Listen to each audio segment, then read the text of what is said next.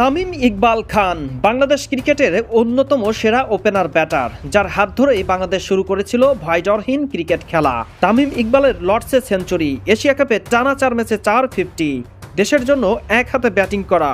আন্তর্জাতিক ক্রিকেটে এসব কিছুই এখন শুধুমাত্র স্মৃতি।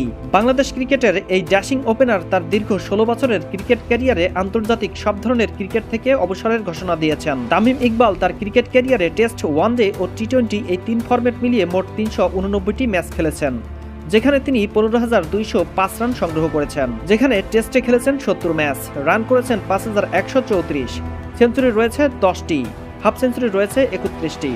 ওয়ানডে ক্রিকেটে ম্যাচ খেলেছেন 241টি, রান করেছেন 8,313, সেঞ্চুরি রয়েছে 14টি, হাফ সেঞ্চুরি রয়েছে 65টি।